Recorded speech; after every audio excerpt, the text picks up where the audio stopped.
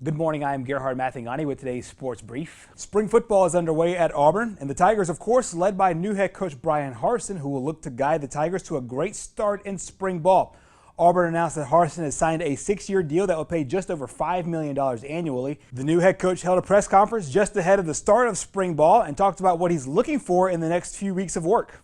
For us right now, we're implementing our systems for the first time. We're getting a chance to get out there and actually do them with the players. But also I think spring is a great time to test and tune and try some things and see how it fits with your personnel and see how that fits maybe with something you want to do going into this next season. There is no game at the end of spring, and you can adjust the way you want to. You can slow it down, speed it up. You can go back and cover another install if you want to.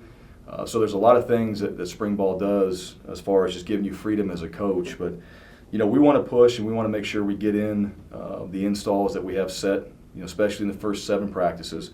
And then we want to regroup when we have that week in between and come back and say, all right, here's where we are, where we're going, and then continue on with our installation all the way through the spring game and try to get a lot in so these guys have the foundation of what we're doing, the DNA of what we're doing, and they can prepare and utilize that through the summer. Meanwhile, the Alabama baseball team is getting set for a big week of games ahead. The Tide will play at Troy tonight and then open SEC play against Arkansas this weekend. The Razorbacks enter the matchup as the #1 team in the nation.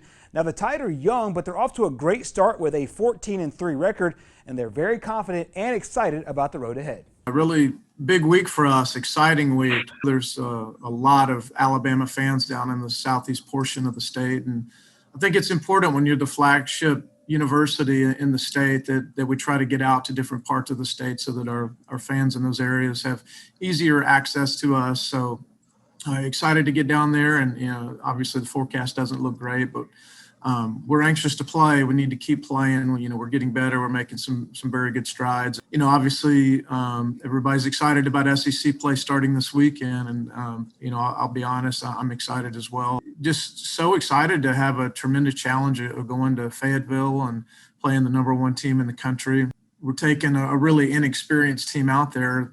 Whoever we play on Friday, there's a very good chance that 7 of the 9 position players in the lineup are guys that have never played in an SEC game. Our kids are quietly confident. I can't wait to go see how we measure up, and the biggest thing I'm looking for is that we stay aggressive. We're going to make mistakes and we're going to play young, but just really hopeful that we'll go out there and try to throw the first punch and stay aggressive. And our team, we believe in ourselves. We believe in each other, and really excited about the challenge. The Tide and Troy start tonight. First pitch is at 6 p.m. on ESPN+. And that wraps up your sports brief. Our program continues next.